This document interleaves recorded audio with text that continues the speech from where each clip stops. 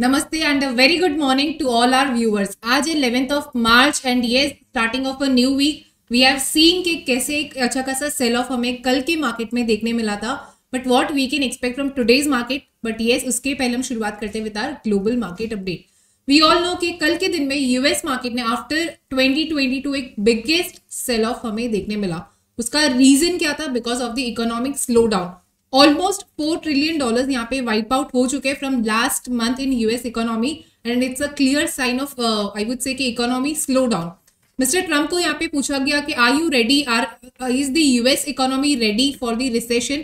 तो उस पर फिलहाल उन्होंने कोई कमेंट दिया नहीं and based on that we can clearly see कि जो भी इन्वेस्टर्स है, जो भी ट्रेडर्स है, उन्होंने मार्केट में ऑलरेडी एक कॉन्फिडेंस लूज कर दिया है. एक क्लियरली सेल ऑफ का सिनेरियो हमें कल के दिन में यूएस मार्केट में देखने मिला था.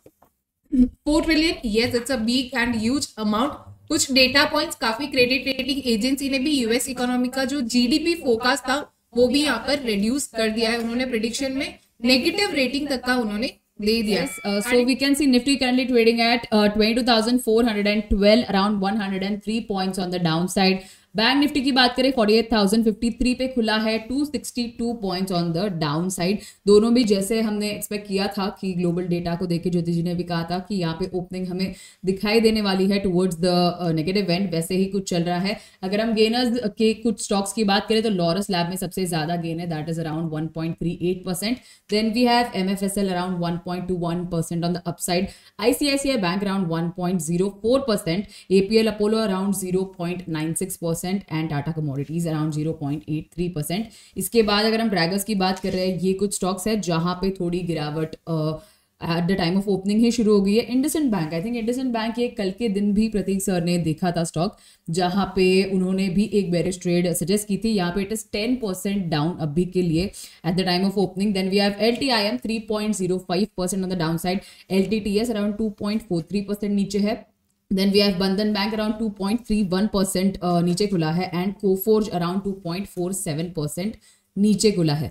इसी के साथ साथ सेक्टर्स पे जाते हैं. क्लियरली जैसे मैंने श्लोक जी ने कहा था, बहुत कम ही सेक्टर्स आज के दिन पे ओपनिंग पे हमें देखने को मिल सकते हैं टुवर्ड्स द बुलिश साइड या फिर पॉजिटिव एंड. तो अभी के लिए मैं देख पा रही हूँ 3 ही सेक्टर्स है जहां पे थोड़ी पॉजिटिविटी दिखाई दे रही है and those are private banks, capital goods and telecom. I think private banks ही वो पर्टिकुलरली है जो पॉजिटिव है, लेकिन अगर हम देखें तो कैपिटल गुड्स एंड टेलीकॉम थोड़ा they are trying to still struggle कि वो एक पॉजिटिव एंड बनाए रखे अभी के लिए. अगर हम बात करें उन 13 सेक्टर्स की जहां पे नेगेटिविटी या फिर बेरिश सेंटिमेंट मौजूद है, तो अभी के लिए मैं देख पा रही हूँ आईटी एंड ऑयल, इनमें सबसे ज्यादा गिरावट देखने को मिल रही है. Apart from that, we also have the rest other sectors which include auto, metals, NBFC, power, FMCG, retail, capital goods, public sector banks. And बात करते साथ ही आई थिंक दी जो 2 सेक्टर्स की मैं पहले बात कर रही थी, टेलीकॉम एंड पब्लिक सेक्टर, वो भी आ गए हैं अभी के लिए नेगेटिव में. So total we can see 15 sectors are on the negative and only 1 sector that is private banks we can see on the positive side. अगर हम बात करें इंडेक्स कॉन्ट्रीब्यूटर्स की, only 4 stocks currently are in positive and जो 4 stock है वो है ICICI Bank, Maruti, Bajaj Auto and Sun Pharma. What is your view on Nifty and Bank Nifty? Are you expecting a more fall or do you think the market is going to settle a little? So day-to-day movements for some days, last time I explained that this 1 month it will be volatile, both sides. So Right. it's a sideways movement rather, right? After that it will Right. be going one side actually. Okay. So that is So- upside. So after this Okay. month, in the last also I told that it will be sideways into some slightly volatile also. So it will be going up in the till the year, and this is happening till the year end is happening in the American markets also. There must be something going on after this year. There may be something universal, I mean global level these things. Right. From December 21st, I think there may be a fall, but it may be 1.5 years slow. This slow market is also good for some stocks. So Right. none we have to see at that time if it is a war situation or something which is may happen, may not happen. So we need to see which are in limelight in the past wars. Right. Like for example, Second World War and Third War. We have to see that which are for the media is the best thing at that time. Media and entertainment. Right. So at the when a great fall because of this pandemic or something like that, like war situations. Right. So we have to see what has happened in the past, and maybe iron and this thing also, steel sector, iron and steel, they have to Right. they have to manufacture so many things. This is just an expectation that That's Right. because it's a global level fall. I am observing. Okay. So with a fantastic introduction, Akhilesh sir आपका स्वागत है कॉइनसेप्ट में। Very good morning अंकित, very good morning श्लोक, और आपके सभी concept के viewers को भी नमस्कार। Thank you so much sir. Sir किस तरीके का लग रहा है मार्केट, एक ओवरव्यू मार्केट के बारे में आपकी तरफ से? अभी तो मार्केट में जिस तरह से हमने पहले भी बात की है पिछले 2 इंटरव्यूज में, जो भी हमने किया था कि मार्केट में ओवरऑल जो है वो वीकनेस ही एक्सपेक्टेड है अभी। और आज का जो बैंक निफ्टी का, जिसमें निफ्टी बैंक निफ्टी में जैसे डिस्पैरिटी थी, तो बैंक निफ्टी ने भी वो लेवल ब्रेक कर दिया है जो सपोर्ट लेवल होल्ड किया था इसने 47,840 का, जिसकी हम बात कर रहे थे। और इसका एक रीजन तो मेन तो अपना आज का जो एक्सीडेंट ऑफ द डे रहा था, जो इंडसइंड बैंक का, जो कि 20% लोअर सर्किट पे है। हालांकि Yes. एफएनओ का स्टॉक है, अभी ये इसके बाद भी और भी में बढ़ सकती है और भी गिरावट, है ना। तो अभी जो मुझे लगता है कि बैंक निफ्टी में भी और भी बियरिश मोमेंटम एक्सपेक्टेड है। अगर इसमें ट्रेड व्यू की अगर हम बात करें तो बैंक निफ्टी के फ्यूचर्स में हम लोग सेलिंग की पोजीशन फिर से, जैसे लास्ट वीक में हमने लास्ट ट्यूसडे बात की थी कि अगर 49,000 के लेवल आता है तो हम उस पे शॉर्ट सेल करेंगे 49,600 के स्टॉप लॉस के साथ में। 47,800 हमारा पहला टारगेट होगा, जो कि आज अचीव हो चुका है। राइट। और अभी भी मुझे मार्केट में इसमें वीकनेस लग ही रही है कि अगर बैंक निफ्टी का दोबारा से इस लेवल पे, जैसे 47,720 का लेवल ब्रीच होता है, तो जो हमारा दूसरा टारगेट है उसके लिए हम वेट कर सकते हैं, और भी 47,000 का जो हमने लास्ट वीक दिया था। तो इस Okay. अगर यहाँ से और फ्रेश एंट्री अगर बनाई जाती है तो 48,200 का इसमें स्टॉप लॉस मेंटेन करें ना। करीब करीब 500 पॉइंट्स का रिस्क इसमें रहेगा, और नीचे में हम लोग रिवॉर्ड की अगर बात करें तो 700 पॉइंट्स का है। 47,000 का अभी टारगेट इसमें एक्सपेक्टेड है। Bank Nifty future 47,720 below selling. और निफ्टी की अगर बात करें हम जो इंडेक्स की, तो जैसा मैंने बताया था कि लास्ट वीक का भी अभी भी मैं उस कॉल पे को होल्ड करूंगा। 21,800 का जो है सपोर्ट लेवल मार्केट में अभी होल्ड होना चाहिए। एक तो एलटीआई माइंट्री का है, तो एलटीआई माइंट्री ने भी लेवल ब्रेक कर चुका है, जो अगर फ्यूचर की इसमें बात करें तो 4650 का लेवल था, ये ब्रेक हो चुका है। अभी उसी के आसपास अभी चल रहा है 4640। तो यहाँ पे हम पोजीशन जो है सेलिंग की बना सकते हैं। नीचे में इसमें हमारा जो टारगेट प्राइस रहेगा वो 4410 का रहेगा, 4410 का, और 4871 का इसमें स्टॉप लॉस रहेगा। जो मार्केट ने जो डाउन साइड कंटिन्यू रैली दी थी, उसके बाद में थोड़ा सा इसमें मार्केट कंसोलिडेशन फेज में आया, और कंसोलिडेशन फेज लोअर लेवल पे है। तो मुझे लगता है ये कंसोलिडेशन जब ब्रेक होने के बाद में मार्केट में और फर्दर डाउनवर्ड मोमेंटम के एक्सपेक्टेशंस रहेगा। तो इस कंसोलिडेशन के हाई के ऊपर का स्टॉप लॉस हम मेंटेन करेंगे, क्योंकि 4867 है, तो उसमें 4871 का हम स्टॉप लॉस मेंटेन करके पोजीशन जो है सेलिंग की बनाएंगे। Okay perfect. तो एक सेलिंग की यहाँ पे एलटीआईएम के ऊपर एक स्ट्रैटेजी सर बता रहे हैं।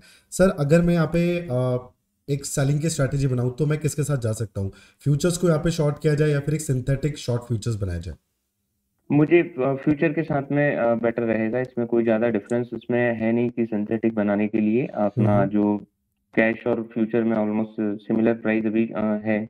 श्योर, ओके सर, ठीक है। एंड सर होल्डिंग पीरियड की बात करें तो हम अभी 11th ऑफ मार्च में ट्रेड कर रहे हैं, so what will be the holding period पूरा 27th ऑफ मार्च?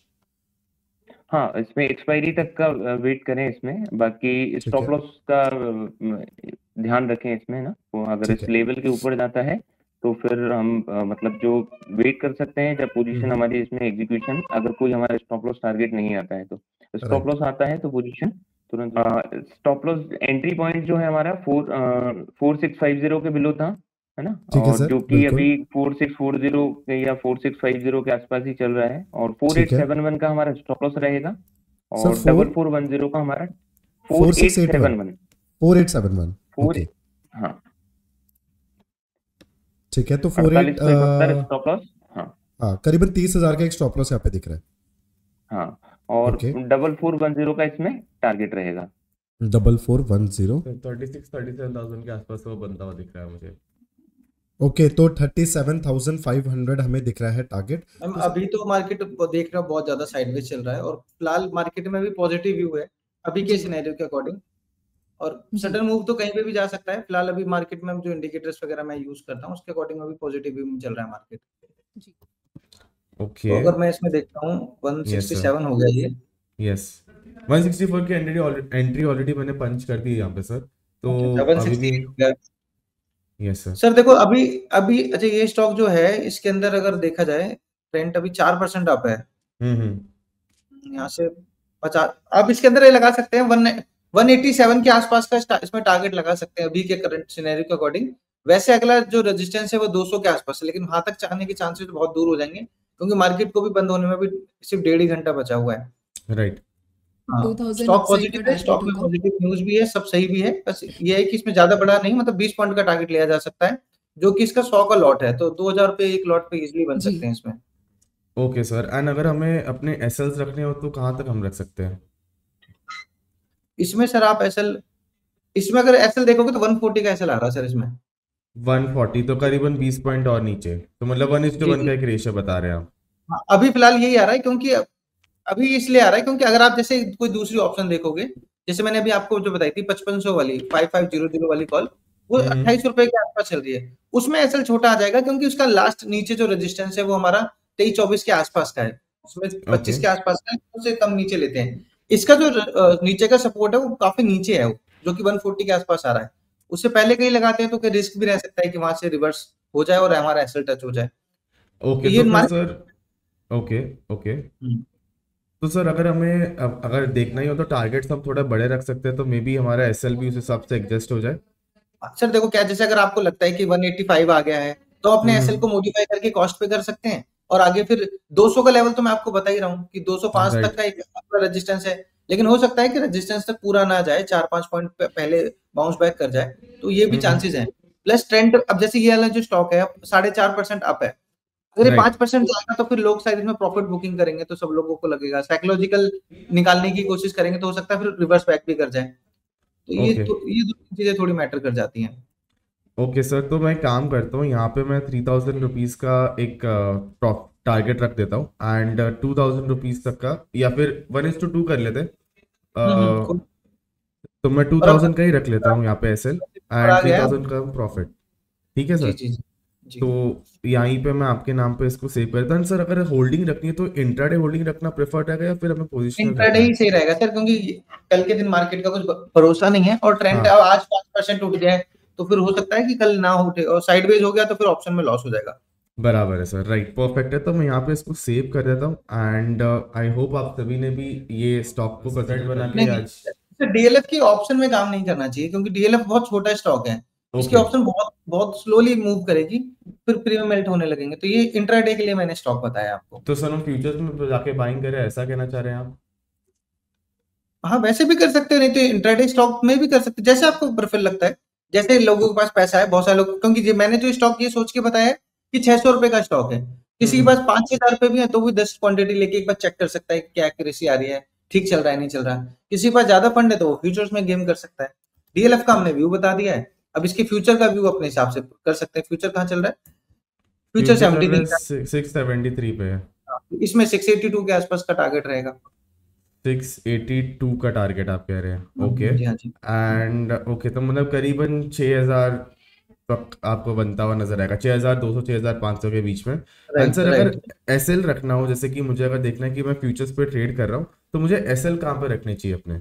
सर अभी जो लास्ट कैंडल बनी है उससे पहले वाली सेकंड लास्ट कैंडल का लो 670 के आसपास है, तो 1-2 पॉइंट और बढ़ा के आप कर सकते हो, क्योंकि आप इसमें 1:2 का रेशियो फॉलो कर सकते हो। जहां पे भी एंट्री बनती है वहां से हम 682 का टारगेट लेंगे, उसमें जितना गैप होगा उसके हाफ का हम इसमें स्टॉप लॉस ले सकते हैं, क्योंकि जिस हिसाब से स्लोली चल रहा है स्टॉक, ये आप देखते हो कैंडल्स के अकॉर्डिंग, जितने भी कैंडल्स इसकी रेड बनी है लास्ट, उसने प्रीवियस वाली कैंडल का लो नहीं टच करा है, तो इसमें भी नहीं करेगा शायद। ओके ओके, सो बेसिकली आपको जो व्यू है काफ़ी बुलिश है, और यही समझ में आ रहा है मुझे। तो राइट। मैं एक बार इस स्ट्रैटेजी को यहीं पे सेव कर देता हूँ सर, एक सेकेंड। तो ये सर फिलहाल अगर हम बात करें निफ्टी एंड बैंक निफ्टी दोनों ही यहाँ पर इन्वर्सली ट्रेड करे, आई कैन सी निफ्टी का जो narration it is on the long and, bank Nifty में अभी भी शॉर्ट बेल्ट मुझे दिखाई दे रहा है। आपका क्या व्यू होगा बाजार पर? ओके, सो निफ्टी के बारे में लास्ट टाइम भी मैं जब आया था उस समय एक्चुअली निफ्टी काफी डाउन ट्रेंड में था, जी, बट कुछ चार्ट पैटर्न्स इंडिकेट कर रहे थे कि निफ्टी में एक बाउंस बैक आने की प्रोबेबिलिटी थी। Okay. So accordingly, I had given my opinion about Nifty कि Nifty 22,500 600 तक पुल बैक आ सकता है। जी। And this So holds to अभी be true. जी। सो लकीली ये अपने फेवर में आया हुआ है। राइट। सो अब अगर हम देखेंगे तो निफ्टी जैसे मैं देख पा रहा हूँ, निफ्टी में पिछले 5-6 दिन में एक रेंज अब बनने वाली है। और यहाँ पर अगर मैं देखता हूँ तो जो निगेटिविटी निफ्टी में थी वो काफी हद तक अब रिड्यूस हो चुकी है और हम लोग अब प्रोबेबली पॉजिटिव या साइडवेज ट्रेंड देख सकते हैं यहाँ पर। जी। And some time back I was looking at ITC. Okay, so ITC is still holding true, so we can initiate a long trade in ITC. Okay. Yeah, so ITC में I'm expecting good up move in the coming days. So I would like to give a call option buy. Call option on buy. ITC. Sir, simple naked Yes. call option. Vanilla call हम यहाँ पर deploy करेंगे। Vanilla call भी कर सकते हैं या फिर उसको हम लोग बुल कॉल स्प्रेड में भी कन्वर्ट कर सकते हैं। It is depends on the choice of viewer, but हम बुल कॉल स्प्रेड के हिसाब से जाएंगे। ठीक है, तो 405 का कॉल ऑप्शन मैंने बाय कर लिया। सर इसके अगेंस्ट कौन से लेवल का आप सेल करना चाहोगे यहाँ पे? We will buy 395 call option इसमें। 395। या okay, so 395 call option. This will be bull put spread. 395 call option को मैं यहाँ पे सेल कर देता हूँ। सो फॉर आवर व्यूअर जिन्होंने भी क्वेश्चन पूछा कि 22,900 निफ्टी की जो हमने लास्ट स्ट्रैटेजी डिप्लॉय की बुल कॉल स्प्रेड में 22,900 जो सेल का लेग था उसकी एंट्री प्राइस क्या थी, तो इट वाज एट 48 रुपीस 48.55 का। ये संकेत you can sir 395 call option will be the ITM. हम अगर बुल कॉल स्प्रेड बना रहे तो I think we should be taking the OTM strike price, right? नहीं, हम लोग क्या करेंगे, in the money call buy करेंगे। Okay. 395 का अच्छा 395 को हम बाय कर रहे हैं, बाय करेंगे। ठीक है, okay 395 we are buying here and इसके अगेंस्ट में सेल 420 का हम सेल करेंगे। 420 का हम सेल करेंगे। परफेक्ट, ठीक है। या 395 how much we are getting it for? Sir 395 के कॉल ऑप्शन को अगर हम बाय कर रहे हैं 7.45। 395 कॉल ऑप्शन 7 395 का सर 14.5 के आसपास एंट्री होगी हमारी। या that is what. Yes sir 14.5 क्योंकि Okay, so- 405 वाला। Yes. Yeah, now it is there. I think 14.5. Yes, now it's there. Yes. Yeah, that is the right price. And 420 call option we are selling that. Perfect. Yeah, it should be somewhere around 2 rupees. हाँ sir 2 के आसपास चल रहा है, ठीक है, perfect है। तो इसका जो so ये trade कंबाइंड में हमें इसमें हम लोग स्टॉप लॉस रखेंगे। फ्यूचर्स प्राइस अगर सपोज 400 टच होता है, so we will exit this trade. 400। And sir पहले आपसे होल्डिंग पीरियड पूछना चाहूंगा कि होल्डिंग पीरियड कितना रहने वाला है? हाँ, होल्डिंग पीरियड जो है इसमें we will hold it on till 21st of March. 21st of March, that is the Friday. तो 300 अगर मैं यहाँ पे 400 देखूँ तो करीबन 400 के आसपास मुझे 1200 का प्रॉफिट देखने को मिल रहा है सर। स्टॉक जैसे कि सर ने भी कहा कि थोड़ी सी रिकवरी हमें देखने मिल सकती है मार्केट में, तो एक stock from the reality sector and हम बात करेंगे DLF पर। क्यों एक बुलिश हुआ है जानेंगे हम ओपन इंटरेस्ट डेटा के थ्रू। सो काफी इंटरेस्टिंग डेटा पॉइंट मुझे यहाँ पर दिखाई दे रहा है for DLF। We can clearly see, एक बार मैं स्क्रीन यहाँ पर शेयर कर दीजिए, 675 के आसपास ये स्टॉक ट्रेड कर रहा है। And if you have a look at the open interest data, so change in open interest पे ITM पर भी पुट राइटर्स ने काफी ज्यादा राइटिंग की। अगर हम बात करें 680 के लेवल की, 690 के लेवल की, येस मल्टीपल एडिशंस मुझे यहाँ पर दिखाई दे रहे हैं। कॉल राइटर्स ने उतने ही ज्यादा, या आई वुड से कि काफी मैसिव अनवाइंडिंग यहाँ पर की है। ऑलमोस्ट 51,000 कॉन्ट्रैक्ट्स कॉल राइटर्स ने अनवाइंड किए, 15,000 कॉन्ट्रैक्ट्स यहाँ पर कॉल राइटर्स ने पुट राइटर्स ने ऐड किया है। So looking at the overall open interest data, एक जो हम व्यू यहाँ पर फॉर्म कर पाएंगे कि yes we can expect some positive momentum in DLF as a stock. What can be certain levels जहाँ तक एक momentum आ सकता है? So अगर ये bullish momentum continue रहता है तो फर्स्ट लेवल जहाँ पे एक रेजिस्टेंस फॉर्म किया है कॉल राइटर्स ने वो होगा 710 की स्ट्राइक पर, बिकॉज यही वो लेवल है जहाँ पे almost 1 lakh contracts call writers ने राइट किए हैं। On the lower and yes multiple supports already form हो चुके हैं, बट हायर टाइम फ्रेम पर या पोजिशनली 650 का एक स्ट्रॉन्ग सपोर्ट मुझे यहाँ पर दिखाई दे रहा है for DLF as a stock.